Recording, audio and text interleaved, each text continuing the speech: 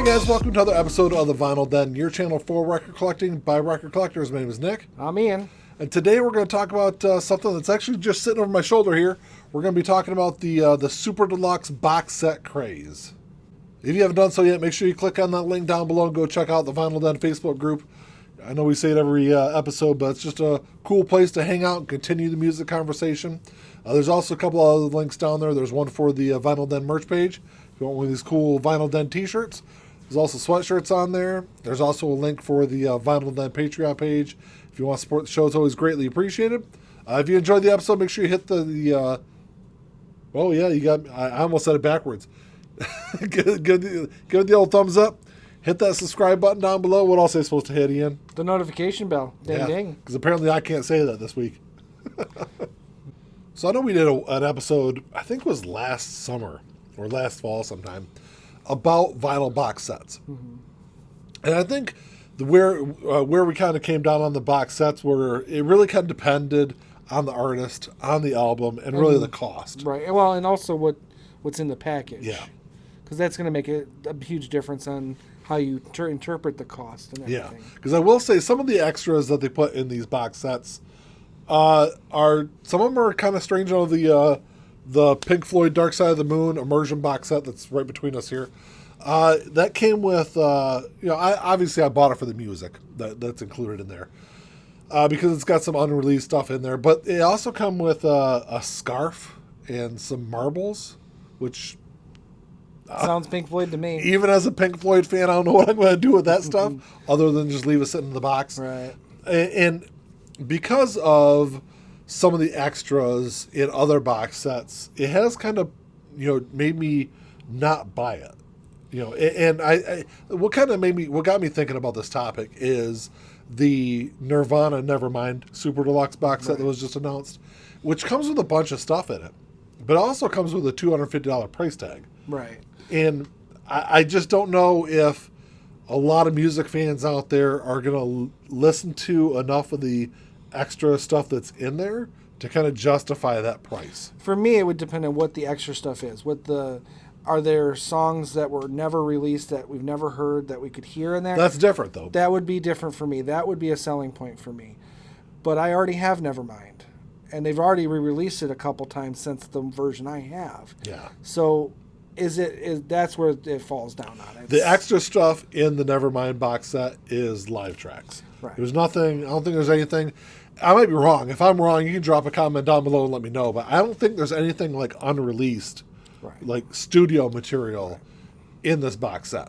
Which, to me, that's always going to be the selling point. Exactly. New music is always going to sell it for me. I will pay a higher price if I know that there's going to be material that I've never heard before. Yeah. Always. I think another big aspect of these Super Deluxe box sets really comes down to cost. Because with the Black Sabbath box sets, most of those, the ones I've got so far, I don't think I paid more than like $90 or $95 for them. And they came out with list price that were higher, like $130, right? Well, I think $150 is what list price is on it, but you can generally get them on like some kind of pre-sale sale. Right. The Technical Ecstasy box set, I paid $88 for that. Mm-hmm. And that's $88 shipped. That was including shipping on that. So, you can generally get those at a pretty good price. The Stone Temple Pilots Super Deluxe box sets, I have all three of those. And I want to say I didn't pay more than like $65 for any of those. Right.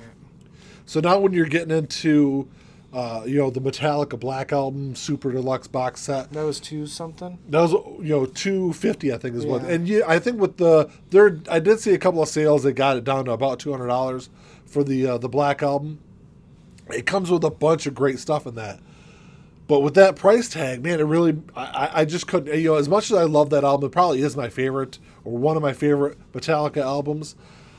I just couldn't come up, for that kind of price to grab that set. Especially for like you, I think, don't you already have 2 copies of the Black Album? I think I have 4 copies of the Black Album.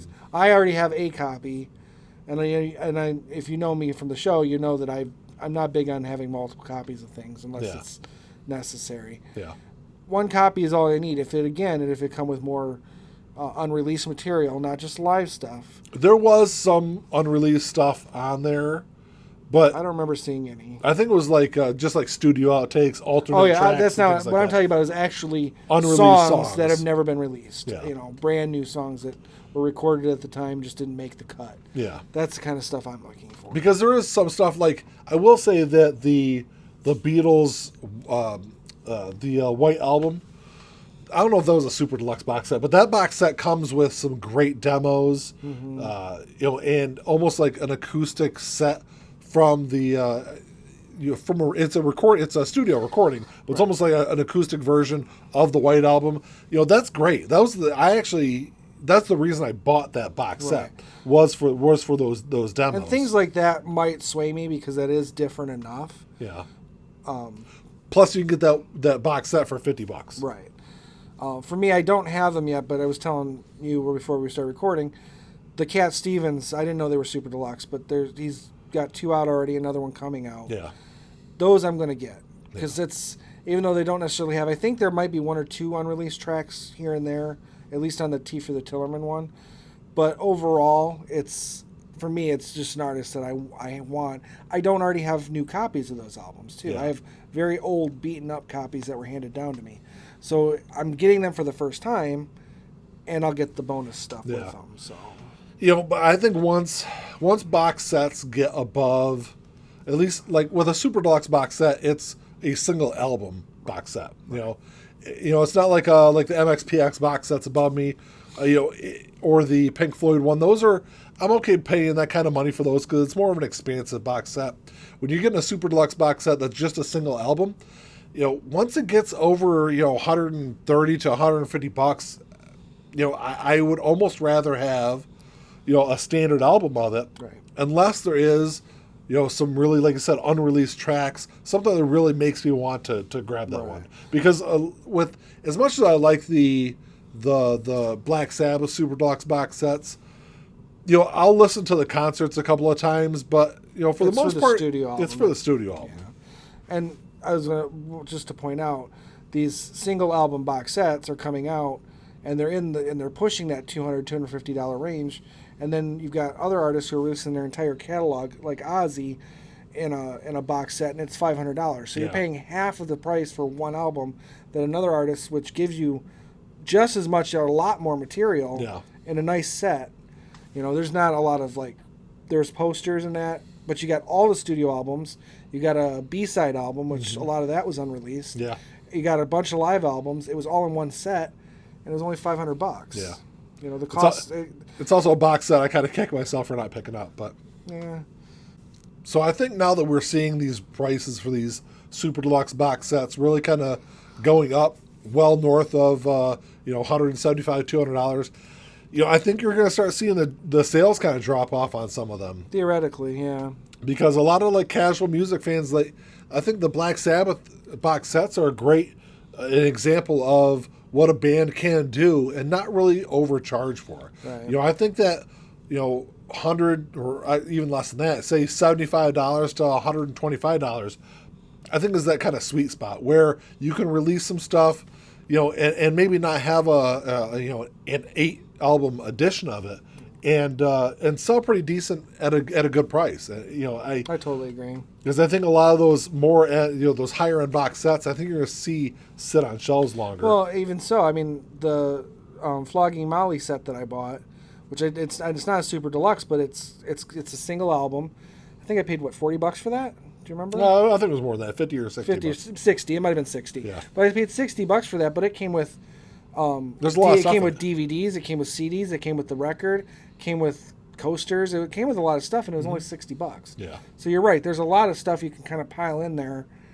And still have a good set. Still keep it affordable, and have it, like you said, a decent set. Yeah. But I think now that we're going to start, if we start seeing these box sets kind of continue, going up in price, I think you're going to kind of see it really kind of end. I think eventually they're going to get to a point where they're just not going to sell them. Yeah.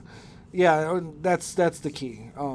Or just, maybe alter what they're putting in there, too. I mean, make it a bit more appealing to the music listener. Because do we really need coasters and stuff? No. Yeah. Do we need a scarf? Yeah. No, but I mean, I guess my neck does get chilly sometimes. Yeah, but you're not going to wear that scarf. No. But my point is, if you have unreleased recordings that are just sitting in a box somewhere, Yeah. get them in there, get them remastered, get them in there, or get them mastered and get them in there. Yeah. That's what the selling point has been for the Tull box sets that are CD only primarily. But I don't buy CDs anymore. But I buy those Tull CD box sets because they come with a lot of unreleased stuff that's, like I said, been sitting in boxes for decades. Yeah. And no one's heard. It's not doing anyone any good if it's not been listened to. Yeah. You know? I just think some of those box sets, the price, at least for me, doesn't justify what's included in them. A lot of times I'm finding that too. Yeah.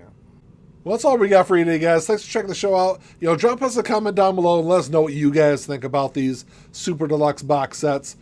Do you see it kind of continuing on, or do you think it's going to actually taper off and we're going to see an end to these? It's a really interesting kind of topic to kind of, look into the crystal ball and see what's going to come down the road, because we don't really know. I mean, For all we know, that's all going to be box sets from now on. It could be. They'll all be $300. I mean, the cost of new albums are kind of going up anyway. I know. I saw that I think The Weeknd is releasing a new album. I think it's a double LP and it's like $60. Yeah. So the cost of new albums are going up as it is anyway. So hopefully we don't see the Super Deluxe box sets continue down that path. But I don't know. Let us know what you guys think. If you enjoyed the episode, make sure you give the old thumbs up. Hit that subscribe button down below. Make sure you hit that notification bell. And come back and check out the show. We do episodes on the two of us every Sunday. There's a new release video or new release album video out every Tuesday. And then there's a solo episode on Thursday. So come back and check those out.